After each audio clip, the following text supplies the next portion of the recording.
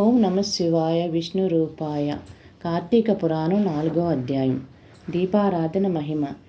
ఈ విధముగా వశిష్ఠుడు కార్తీక మాస వ్రతము యొక్క మహిమ వల్ల బ్రహ్మ రాక్షసుల జన్మ నుండి విముక్తి నొందురని చెప్పుచుండగా జనకుడు మహాతపస్సి తమరు తెలియజేయు ఇతిహాసము వినని కొలది తనివి తీరుకున్నది. కార్తీక మాసంలో ముఖ్యముగా ఏమి చేయవలెనో, ఎవరిని నిర్దేశించి పూజ చేయవలనో వివరింపు అని కోరగా వశిష్ఠుల వారు ఇట్లు చెప్పదగిరి.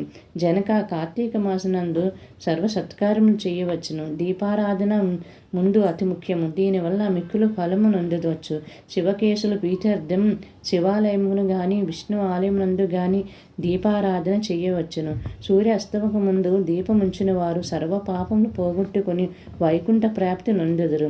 కార్తీక మాసం నందు హరిహరుల సన్నిధిలో ఆవు నేతితో కానీ, కొబ్బరి నూనెతో కానీ, అవిసె నూనెతో కానీ, ఇప్ప నూనెతో కానీ ఏది దొరకనప్పుడు ఆముదంతో కానీ దీపం వెలిగించి ఉంచవలను. దీపారాధన ఏ నూనెతో చేసినా మికులు పుణ్యాత్ములు భక్తిపరులుగా ఉండెను. అష్ట ఐశ్వర్యములు కలిగి శివ సన్నిధికి చేరుదురు. ఇది ఒక కథ కలదు, వినుము. పూర్వము పాంచాల దేశం పాలించుచున్న రాజుకు సంతతి లేక అనేక యజ్ఞయోగాలు చేసి తిదికు విసుగు చెంది గోదావరి తీరున ఇష్టతోని తపము ఆచరించుచుండగా వచ్చుటకు పిప్లాదుడు మునిపుంగుడు వచ్చి, పాంచాల రాజా, నువ్వెందుకు ఇంత తపస్సు ఆచరిస్తున్నావు? నీ కోరిక ఏమి అని ప్రశ్నించగా, ఋషి పొంగవ, నాకు అష్టైశ్వర్యములు రాజ్యము సంపదలున్నవి. నా వంశము నిలబెట్టుటకు పుత్రుడు లేడు. కృంగి కృషించుతున్నాను. ఈ తీరము స్థానందన తపము ఆచరించదను అంత మునిపుంగవు. ఓయి, కార్తీక మాసమును శివ సన్నిధిన శివదేవుడు ప్రీతి కొరకు దీపారాధన చేసిన ఎడల నీ కోరిక నెరవేరగలదు అని చెప్పి వెడలిపోయెను.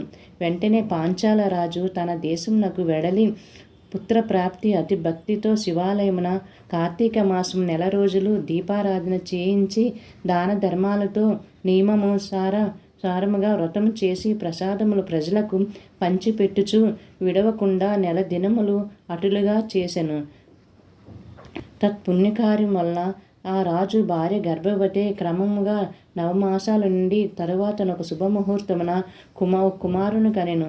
రాజకుటుంబులు మిక్కులు సంతోషించి తమ దేశమంతటను పుత్రోత్సవం చేయించి బ్రాహ్మణులకు దానధర్మము చేసి ఆ బాలునకు శత్రుజిత్తు అని నామకరణం చేయించి అమిత గారాభంతో పెంచుచుండిరి.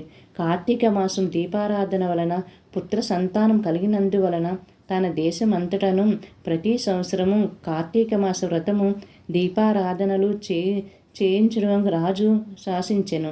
రాజకుమారుడు శత్రుజిత్తు దినదినము ప్రవర్తమానుడగుసు సకల శాస్త్రములు చదివి ధనుర్విద్య, కత్తి సాము మొదలగున్నవి నేర్చుకొనెను. కానీ యవ్వనము రాగానే దుష్టులు సాహసనము చేత, తల్లిదండ్రులు గారాబం చేతను తన కంటికి కనిపించిన స్త్రీలను బలత్కరించి బెదిరించి దండించుచుండెను.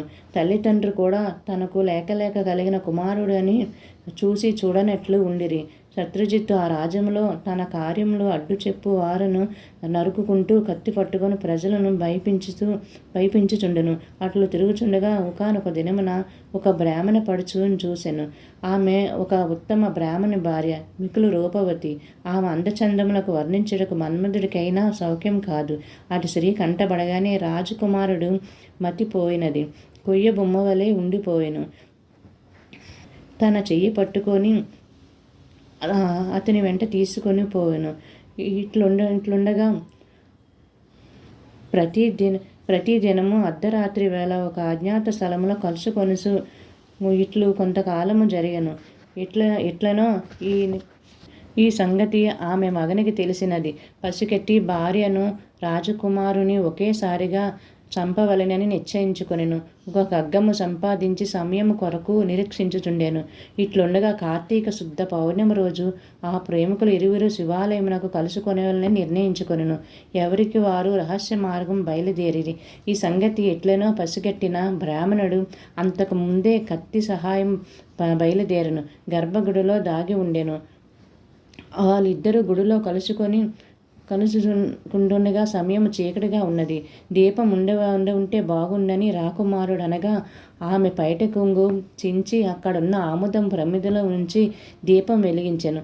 తర్వాత వారిద్దరు మహానందంగా ఉండెను. అదే సమయమున ఆమె భర్త మొలనున్న కత్తి తీసుకొని ఒక నేటుగా తన భార్యను రాజకుమారుని చంపివేశెను. అతను కూడా కత్తితో పడుచుకొని మరణించెను. వారి పుణ్యం కలది. ఆ రోజు కార్తీక శుద్ధ పౌర్ణమి సోమవారం అగుట వలన ఆ రోజు ముగ్గురు చనిపోవడం వలన శివదూతలు ప్రేమికులు ఇరువురికి తీసుకొని పోవుటకు జారినియగు భార్యను శత్రుజిత్తును చంపిన ఆత్మాహుతికి పాల్పడుచున్న విప్రుడును యమదూతలు బ్రాహ్మణుని తీసుకొని పోవుటకు అక్కడకు వచ్చిరి. అంత యమదూతలు చూసి బ్రాహ్మణుడు, ఓ దూతలారా, నన్ను తీసుకువెళ్ళుటకు మీరెలా వచ్చినారు? కామాంధకారంలో కన్ను మిన్ను తెలియక పశుప్రాయంగా వ్యవహరించిన ఆ వ్యభిచారుల కొరకు శివదూతలు విమానములో వచ్చెదరు.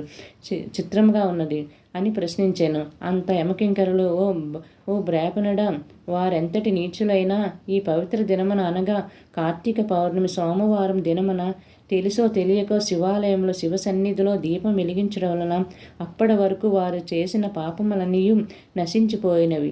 కావున వారికి కైలాసమునకు తీసుకొని పోవుటకు శివదూతలు వచ్చినవారు అని చెప్పగా ఆ సంభాషణ అంతయు వినుచున్న రాజకుమారుడు అలా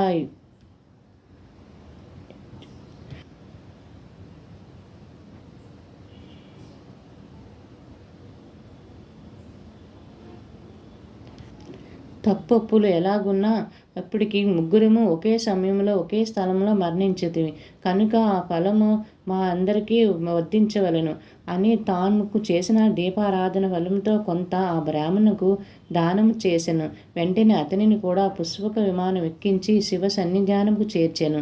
వింటివా రాజా, శివాలయంలో దీపారాధన చేయటం వల్ల ఆ ప్రేమికులకు చేసిన పాపములు పోయిటే కాక కైలాస ప్రాప్తి కూడా కలిగెను. కానీ కార్తీక మాసం నక్షత్రాలనందు దీపం ఉంచిన వారు జన్మరహితమందుదురు.